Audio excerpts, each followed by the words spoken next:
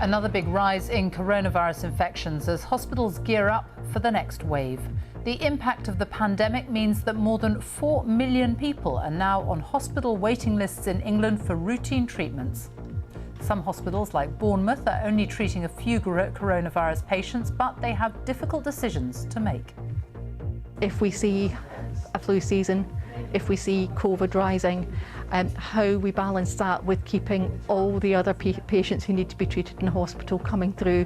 Good evening and welcome to the BBC's News at 6. Almost 3,500 people with coronavirus are now being treated in hospitals in England. The number of patients being admitted has been doubling every fortnight since the start of September. Hospitals that have been quiet over the summer are making preparations for a second wave. Some are already dealing with large numbers of COVID patients.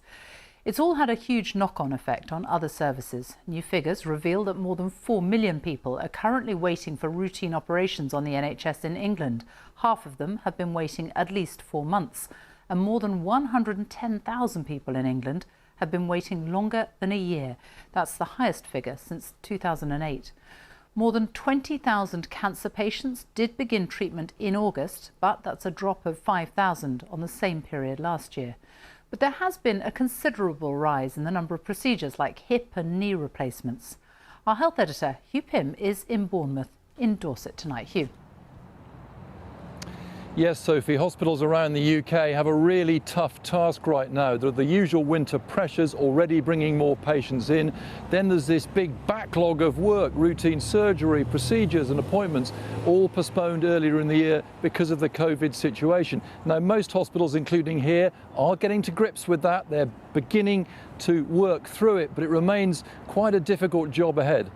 And of course, they've also got to worry about coronavirus. 8 in the morning and the pressure's already on at the Royal Bournemouth Hospital. OK, next patient. Any idea people are staying away from A&E is a distant memory. She has regularly self-harmed over the last couple of years.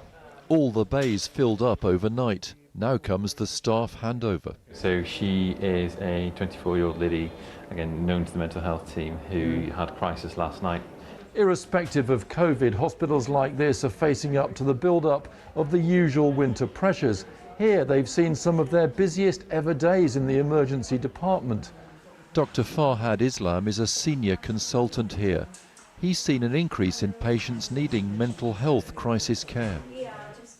It might be a call for help, might be a psychiatric problem, might be a self-harm patient, a person that's got mental problems, mental health problems.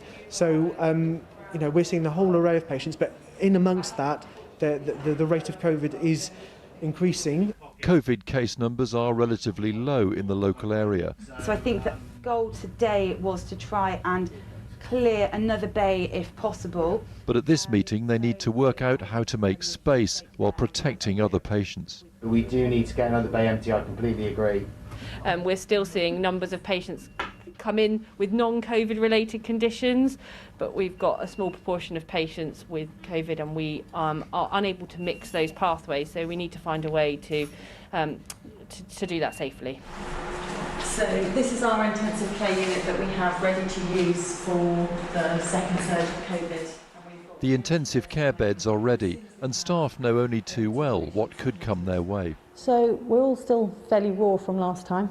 We're very used to having family members on the intensive care unit, and to suddenly be told that we can't see those family members and they can't see all the work that goes into helping their loved ones was very difficult for the staff. And that anticipation of having to go back to that is quite traumatising for critical care staff. So can you just take me through what we're doing? Yeah, so we're actually going to be doing a double ward refurb over here, which is the first time we've done this. Elsewhere, they're preparing for the usual winter challenges, creating a frailty unit to help the recovery of elderly patients and their safe return home. Okay, so you've been seen by our nursing team, and you've been seen by our surgical team. Some patients, like Christopher, are coming back in for non-urgent operations. I'm having reconstructive surgery. Christopher's ankle operation was postponed in March. He's pleased it's now about to be done, though the wait's been difficult. Quite a lot of pain. I'm on quite a lot of heavy dose painkillers. It's difficult to walk really, because I'm putting a lot more weight on my other leg. Yeah, pretty tricky. I asked the chief executive how they were tackling the backlog of operations put off because of COVID-19. We've been going through all the long waiters and really trying hard to get people who've been waiting longer. None of us want that for our friends and family, and none of our clinicians want that. Everybody wants to treat patients. We know how awful it is when people have to wait a long time. So it's a top priority. During the first surge, much of their focus was on the sickest COVID patients. But now there are other worries as well. If we see a flu season, if we see COVID rising, how we balance that with keeping all the other patients who need to be treated in hospital coming through in a timely way, that's going to be the biggest challenge. It'll be tough for staff, some still exhausted from their efforts earlier in the year. But they all want people to know they're there and ready to help patients, whatever their needs. Hugh Pym, BBC News, Bournemouth.